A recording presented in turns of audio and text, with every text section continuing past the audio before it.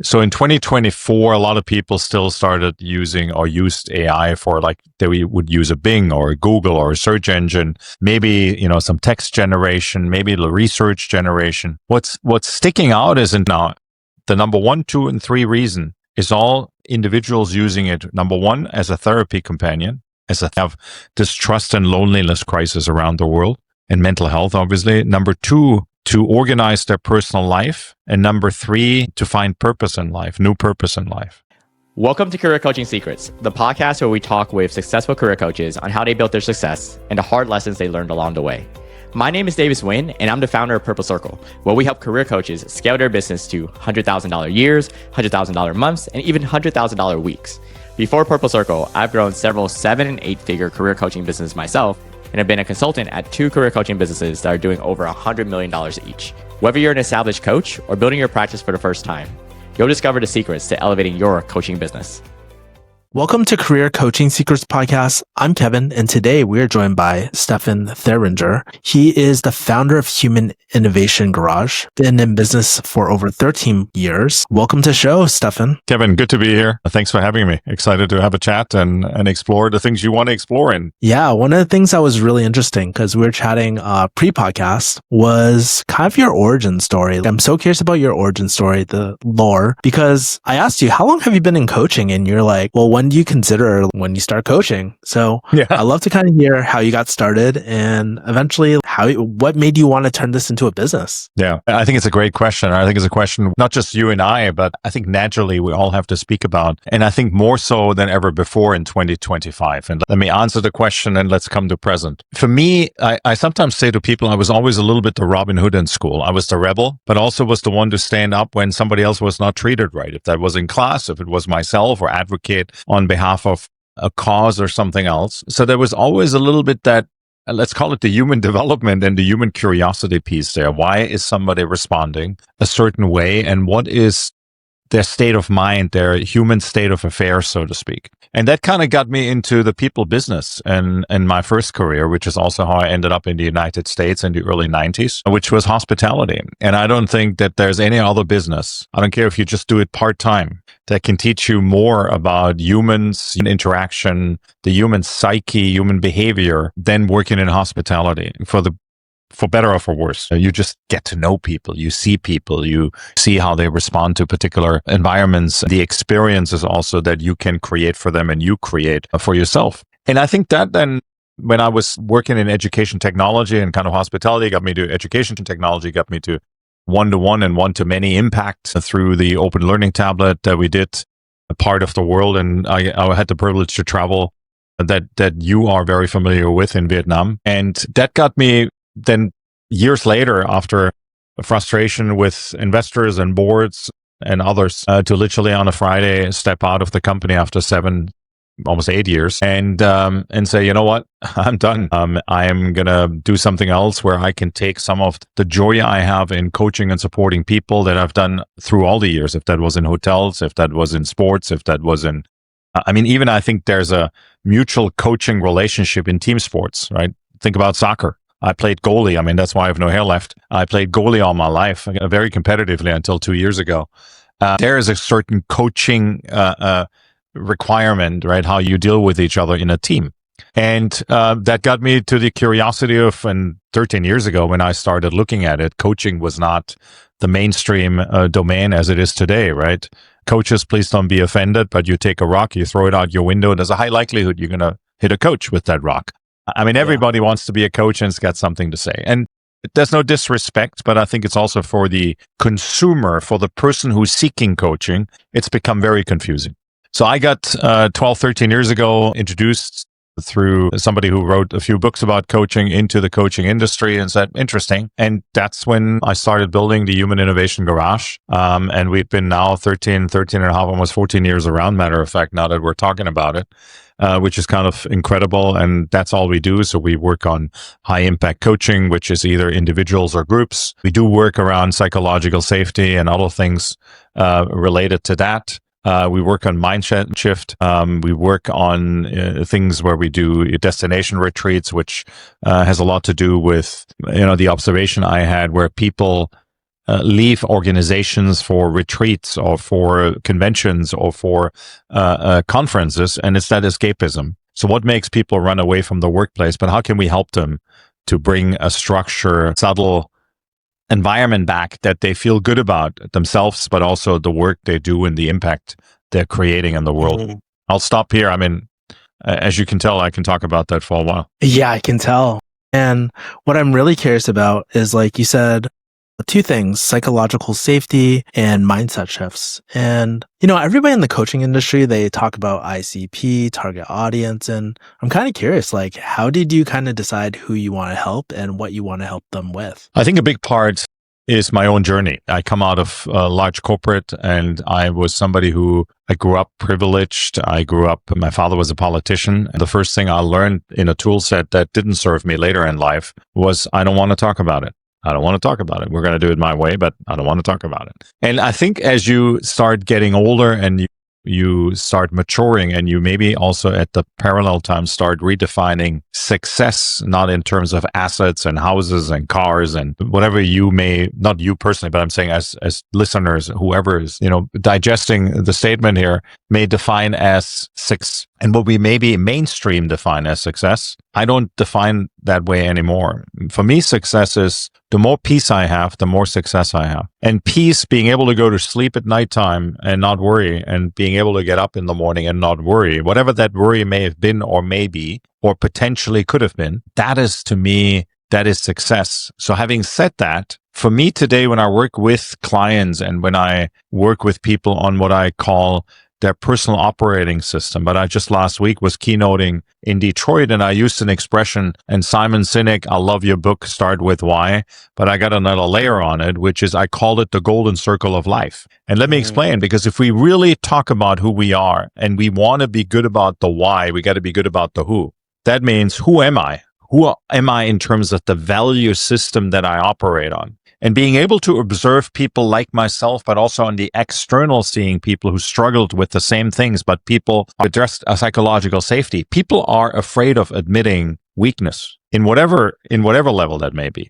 But if you can get somebody, kind of that resource, trusted advisor, that trusted feedback, that trusted resonance of, hey, take a second look at this, or the invitation to reflect, kind of that vision, that action, but also the willingness to reflect, that is growth. Because if I can reflect, I can say what worked, what didn't work.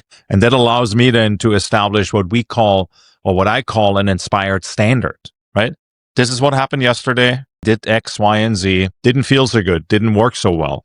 Okay, what do I need to change to impact differently tomorrow? And if I'm able to put that into, let's call it, for a corporate guy, girl, let's call it a KPI.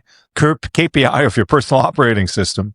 That then really creates the impact. And the ultimate level of a golden circle of life for me is really the impact that is the legacy. It's not about legend. It's not about me, right? Like the minions all like to say. It is really about the legacy. What is the leave behind? What are people going to say about you that is sustainable, left behind? If that's a family legacy, and I'm not talking about wealth in terms of assets and money and generational wealth. No.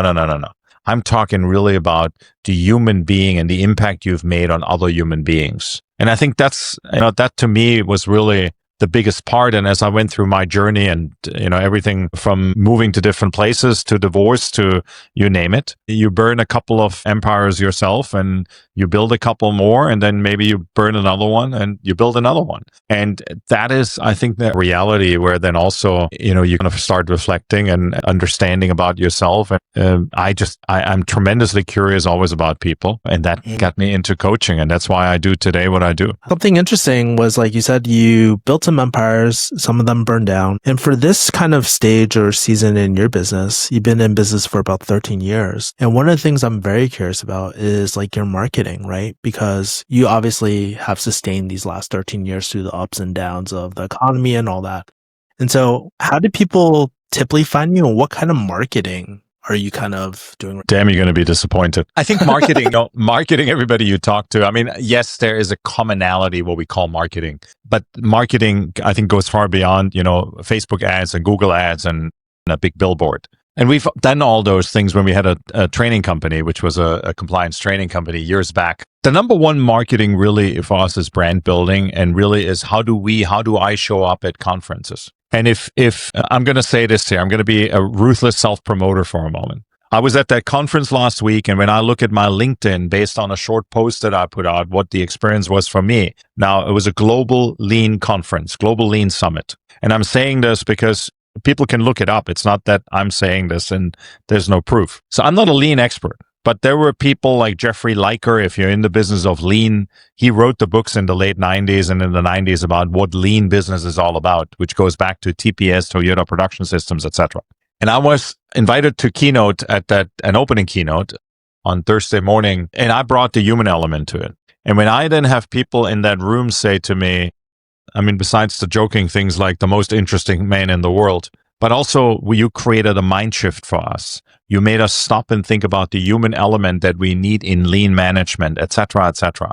That to me is success because it redirects people onto the human element. And I think that's exactly what we got to talk about. Because when we leave that piece behind and we don't think about it, we forget that. And that is a memorable experience in an interaction going back to Maya Angelou. They may not remember me the way I look, but they're going to remember certainly how I made them feel. And that's what not only a great keynote is about, but also that's what human interaction is about. And that's why people, I think, also allow somebody like me who comes from the external side in an organization, open up their kimono, so to speak, and say, this is what we're really dealing with.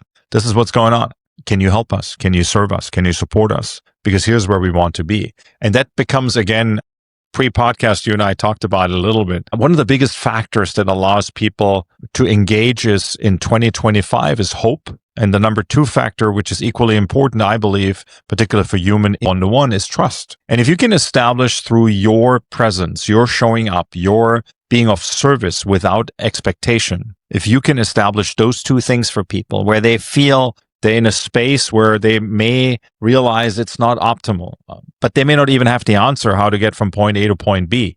But if you can show them that vision of personal transformation, and they can hang on to that, to me, is most certainly the strongest proposition of why somebody would become willing to change. So that's one part. And then the second part is, yes, we have presence of LinkedIn. Yes, we do some emails. We do a newsletter where you can subscribe to that. I just published a brand new, as of September 3rd, a book that's called You're Not Finished, Your Human Art in Progress, which speaks to the same thing. We all are. And I most certainly don't claim that I'm finished. I'm work in progress every day, multiple times. And I sometimes look at myself and go, oh my God, wow, I got suckered into that again. And it's in all areas in life, right? It's boundaries, it's engagement, it's the constant yes saying, the conformity dance we sometimes do, et cetera, et cetera. That to me is our approach of marketing. We're changing that a little bit going into the later part of this year. So we're going to start kind of the awareness building a lot more on the brand, simply because a big focus for us in 2026 will be destination retreats and dinners that connect. If anybody's listening, you can go to humaninnovationgarage.com to the website, or dinnersthatconnect.com. And we just hosted one in Boston. We're hosting one in the middle of October in New York City, in a beautiful spot there. Again, I think of service without expectation and not it being a sales pitch, and allowing people to see what the value is they can get from an interaction, a piece of resource, whatever it may be, and leaving choice on the side of the individual that is seeking support. That to me is probably the biggest play. We use some AI, but not to a large extent, and mostly kind of just feeding the various platforms that we're on. It's really interesting. As I'm listening to you mentioned human element, and then you mentioned two things, especially right now in this kind of time of like uncertainty that a lot of people are experiencing. You mentioned hope and trust. And it's really interesting because those are kind of like the psychological safety. Those are two elements that are required. 100%. And I'm not quite sure what your social media content looks like, but especially with the dinners, and I can imagine the retreats, it's creating those psychological safety communities and areas and stuff. So yeah, that's beautiful. I love that. Especially in a very digital world now, so. I think Netflix did a study years ago, and it's, I think, a school case. And they said, you're not hiring a weekend family team, you're hiring a pro baseball team. keep that in mind.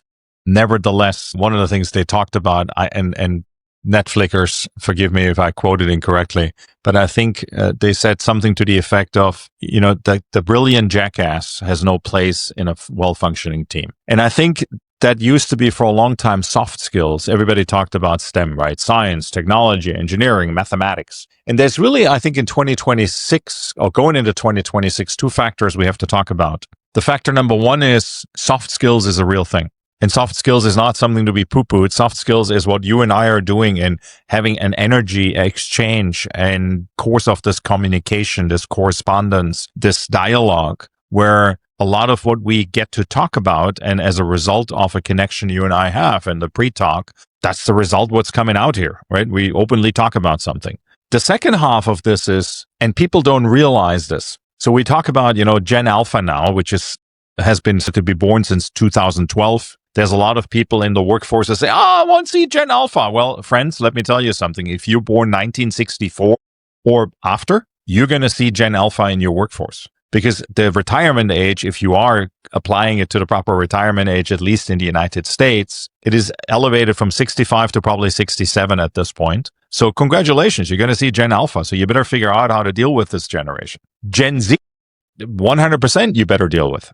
Because those are the people who are 26, 28 years old who are telling old folks how to do their job. And that's not a bad thing. That's rightfully so oftentimes and well earned. And it needs to be that way because cross-generational is in the dynamics, if rightfully applied, also in regards to productivity, innovation. I mean, if we're talking about companies, profitability and income. But what people don't realize is that, and here's the thing, there's a lot of, and I said it years ago in an interview at the Tischler Center in New York, there was a panel discussion. And are we X-rated in your podcast? Can I use the word? Yeah, okay, so yeah, we'll censor I'm gonna say it. In order for you to be, you don't have to have an Ivy League degree to be fucking brilliant. And people go, oh my God, that's true. And people suddenly in this room, there was 300-400 people in there. They suddenly felt seen because I think we put this thing out there where we say, if you have a high socioeconomic level and you have great education, then you're going to do really well in your job. Well, that's not true because there is in the meantime, and there's a brand new study out, I think it's from Financial Times, which says, it's a 2025 study, which says if you have kind of not the highest level. I mean, actually, in kind of the bracket of 1, 2, and 3, you're on the lowest level of socioeconomic level. You have some struggles, even in the education system, not necessarily the best. But the predictability, which is that you're probably going to be successful in the job, is 2.5 times higher than somebody who comes from the highest socioeconomic level, has the Harvard degree, and drops into a job. Because it's all about privilege and entitlement. And the problem we're having is that today still, the generation who's deciding does generation Gen Z and Gen Alpha soon, or even Gen X gets a job is based on what did you do in the past? What kind of certificates you had? Have you proven in another job that you can do what we're doing here? What nobody's asking about, and finally people are starting to ask about, is behavior. How do we predict behavior? Because if I apply what I just explained to you, that the person who's used to struggle will fight their ass off to be successful versus entitled privilege because look at me. I come from a pristine institution. I come from a pristine institution, but I also understand the other side of it. And I see it. I experience it. I watch it. And I see people, kill it, so to speak, in terms of positive. And not because they have an Ivy League degree, but because they worked their ass off for it. And I'm not talking about the grind, just they're committed. They just want to get it done. And those are the examples where I think we're seeing more and more because we're no longer live just in a domestic economy. We're living in a global economy of competition. Global. Where it doesn't matter if you're in Vietnam, if you're in Nairobi, if you're in Africa, in one of the continents, if you're in Germany, if you're in the United States, it doesn't matter. Whoever these people are, they're all competing with each other. And I think that's the piece we have to remind ourselves and forget this. I almost want to say arrogance sometimes because the kinder we are with each other, I think the more possibility we're opening up, the more connection and the more, if we're talking innovation and creativity, the more innovation and creativity. Yeah. It's really interesting as you're speaking. I've been in both worlds. And I had a doctorate, the dream life, at the kind of the collar career and stuff. And I left it for a lot of the soft skills. 100%. These soft skills. Yeah. And as I'm traveling around, put up another good point about the global economy, where like I'm traveling around Asia right now in this phase of my life, and I'm meeting so many brilliant people, and I'm hiring people from out here too. And there's just something about that extra drive that people have that is not present in like the Ivy, like from my experience, I'm not present in the Ivy League schools. It's different. It is so different. Resourcefulness, and with the element of AI. And with the global, like you can do anything anywhere. The playing field is now, and it's going to be really interesting to see what's going to happen in these next few years as well. I mean, AI, I think, is another interesting part. Let me just quickly say this. When you look at studies from 2024 and changes of the use of AI to 2025, I'm not sure if you had an opportunity to look at that. So in 2024, a lot of people still started using or used AI for like they would use a Bing or a Google or a search engine, maybe, some text generation, maybe the research generation. What's sticking out is now the number 1, 2, and 3 reason is all individuals using it. Number 1, as a therapy companion, as a have distrust and loneliness crisis around the world, and mental health, obviously. Number 2, to organize their personal life. And number 3, to find purpose in life, new purpose in life. So that's, I think, another piece where we also, again, how can we offset that? How can we offset that crisis, right? So to your point, it's commitment to yourself, but it's also building connections, connecting people in a genuine human way. Because COVID, everybody ran the other way and like, oh God, stay away from me. These things here, they don't help us because that's an outsourced brain, right? The rise of the outsourced brain, as I like to call it. And when you look at behaviors, a lot of people, they can't even look at each other anymore. And there's like these studies about, and they're not proven, it's a theory more than a study, about autism that's caused by overuse of digital device because we're no longer able to interact with our natural environment because the natural environment is not digital devices. The natural environment is humans, but we don't know how to connect. And it kind of closes the loop, right? If we talk about coaching, because that's why a lot of people, when they're now exposed to engage with other humans, they don't know how to. And it's a cycle. What's really interesting, because I've done like head of sales, right? And I've had younger people come up to me and like, how do I get into this high ticket sales industry, right? I also do YouTube. So I observe trends, and one of the most depressing trends I saw a few years ago, and probably still now, is like, I have no friends. And it'd be like, I have no friends at 20. I have no friends at 50. I have no friend. Like, this is a shared human experience. Yep. And something I'm curious about, because you're all about human connection and this human element. As you think about your business in, like, I guess over the next few years, like, where do you kind of want this business to take you, and how do you want it to impact others? I'm really curious about that. Yeah, and I appreciate your question. And I think that's one of the big shifts I foresee us making. We're not going to stop doing what we're doing today in the business predominantly, which is kind of the incline coaching in companies. We go to organizations, do talk shops. But the retreat side is going to be a significant, stronger focus. And the reason why this is important to us kind of ties directly into the question. Because when we take people on a retreat, kind of an overall title is, and I think I said it earlier, is re-emergence. So we take 12 to 15 people onto a retreat facility, and we provide them a very strong and good amount of structure. And let me explain. At the very core to me, when I get up in the morning, I have a very rigid practice. And the practice is, and it goes a little bit back also, a colleague and somebody who I deeply respect is Robin. He wrote the 20-20-20, right? Kind of the morning protocol in the 5 a.m. club. And I'm not a 5 a.m. club guy, but I'm a 7 a.m. club guy. And judge me if you want, not you personally, but whoever's listening. But the first thing I do is I get on my Peloton and I go for a run. And then I come back and then I meditate. And then I read or write. Before 8:30, you will not find me on my phone. Because what people don't realize, if you don't protect your time and you set that boundary, and you don't choose when you let something in at the right time, you're going to start working for someone else, because this mobile phone is a digital leash. That's kind of like this choker behind your neck, where the moment you pick it up, it's going to go.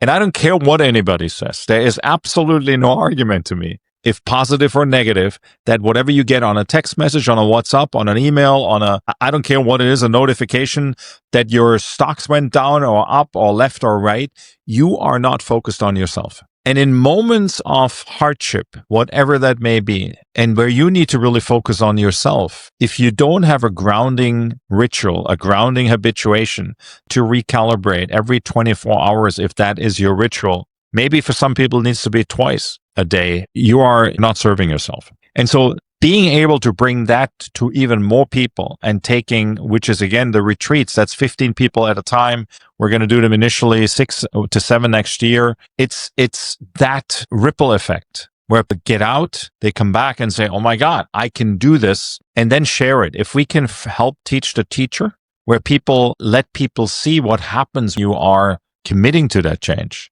which is also then reflective in the human interaction. That's a huge factor. And you're affecting families. If a husband goes to a retreat and comes back and is able to self-care in a better way, there's no doubt about it. Anybody who's ever been through it understands the impacts of that. Or when you've ever been through a breakup and you started calibrating yourself better, or you've been on the other side and you saw the other person taking care of it, you kind of see them again and you go, oh my God, what did you do? You look amazing. But it's not that they look amazing. It's about their energy is completely switched. And I think that's the piece. We as human beings, we are energy animals. We are driven by that. And we got to allow ourselves to see that, to feel it, to engage with it. And I think too many times we become vessels of someone else's directive, and that's not serving us good. That's not healthy. And it certainly is not, again, back to why we're doing it, not the vision we have. The vision we have, the vision I have is if we can affect, 150, 200 people over the course of 6 months and ratchet that up, I think that's exactly where we want to be.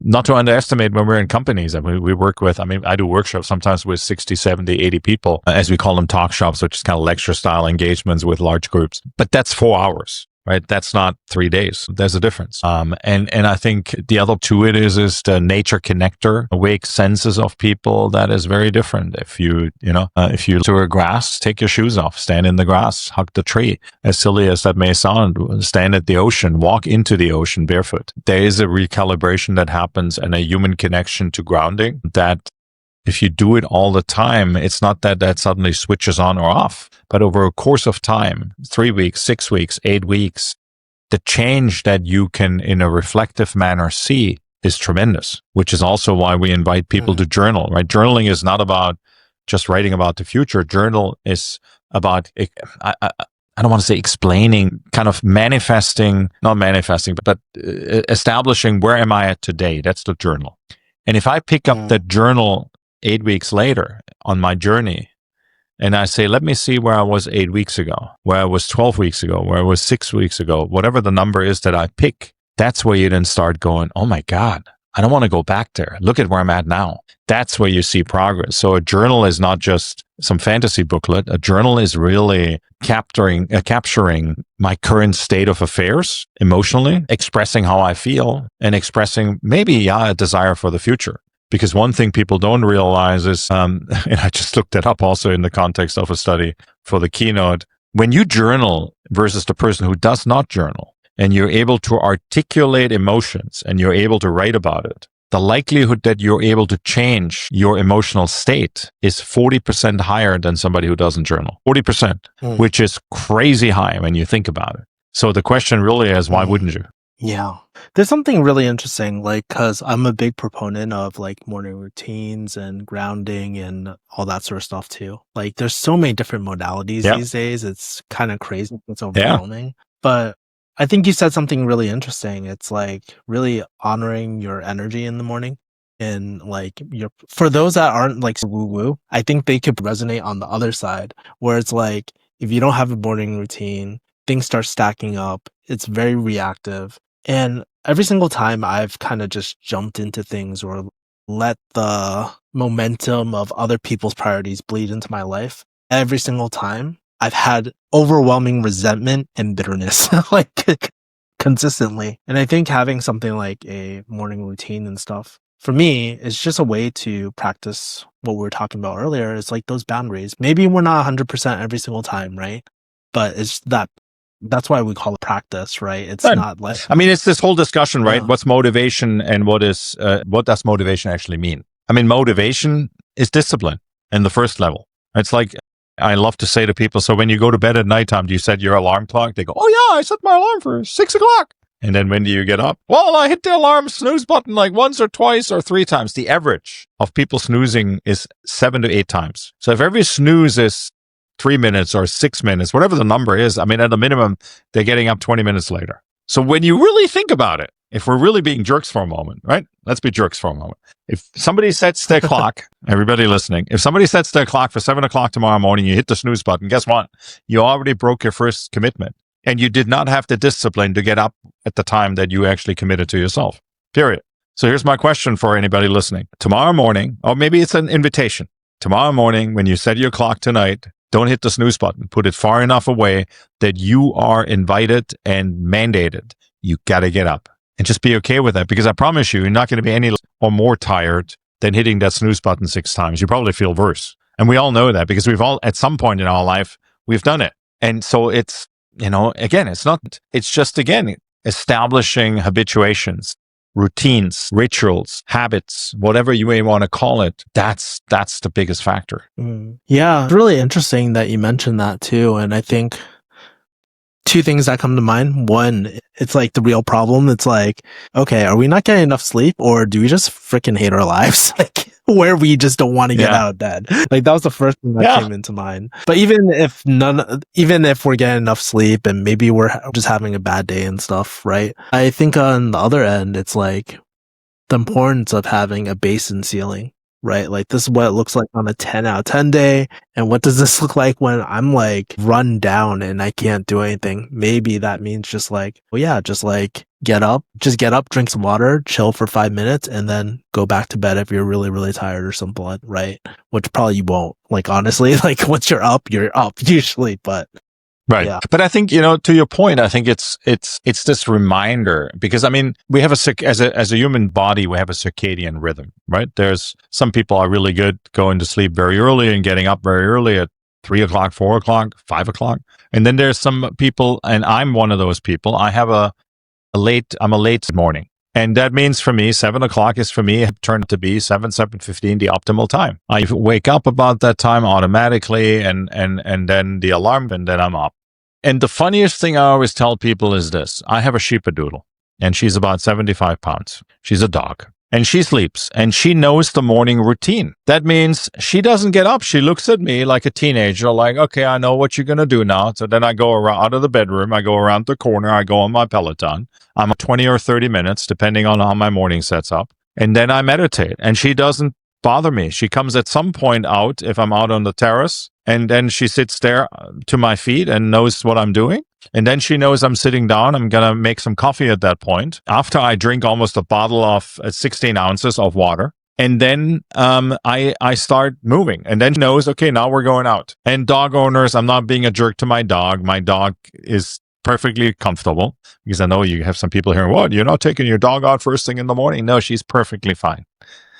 And so the reason why the dog up is because even the dog has a routine which she has learned through me. That's peace for her. That is grounding. That is the way it is. If I would do anything else, she would look at me and go, what is going on? And whenever I change that, for example, if I have an early flight or whatever it may be, or I need to leave the house earlier and it's not that same routine exactly at 7:15, but it starts earlier, looks at me and she goes, what is happening? And human beings, even though we want to believe we're that different, we're still creatures of habit. And that actually is good for us. It serves us. And I think we have admitting that. Last question, because I know we're coming up at time, but something I'm very curious about is like, you clearly have this mission for human connection and this human element in your coaching. What kind of challenges are going on behind the scenes that most people wouldn't be able to see outside looking in?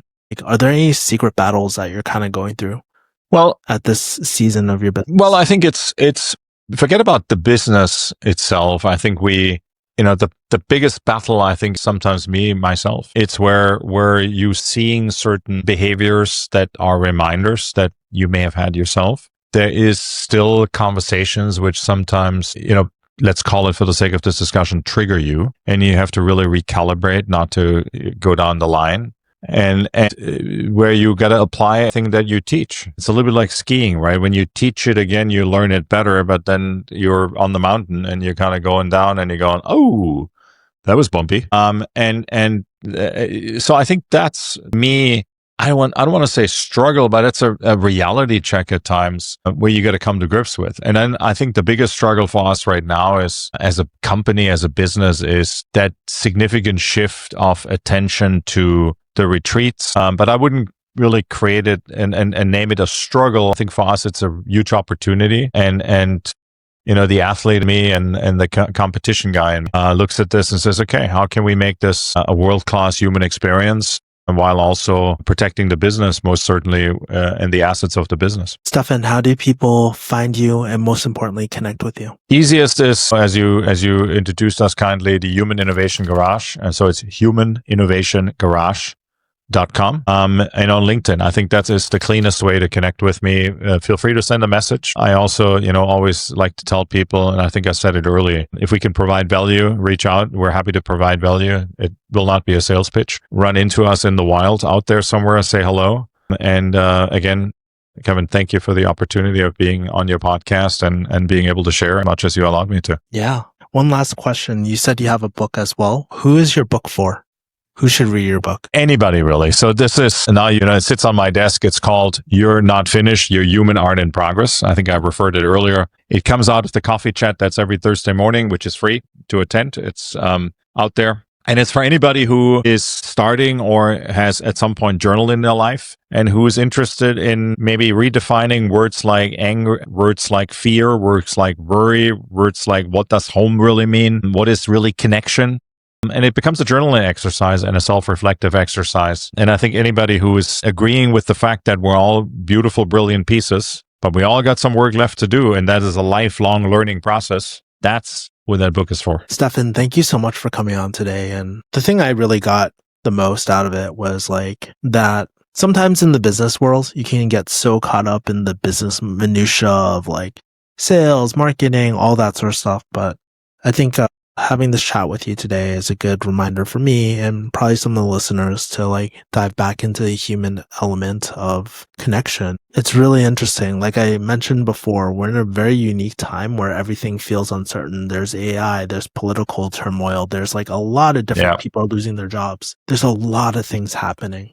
So, going back to creating those safe spaces of like psychological safety, I think is going to be really, really important. So thank you, Stefan, for all the work that you do. And thank you for coming on to the podcast. Kevin, thank you again. It was a pleasure being here. That's it for this episode of Career Coaching Secrets. If you enjoyed this conversation, you can subscribe on YouTube, Spotify, Apple Podcasts, or wherever you're listening to this episode to catch future episodes.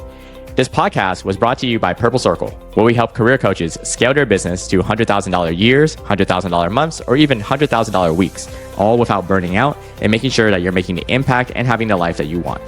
To learn more about our community and how we can help you, visit joinpurplecircle.com.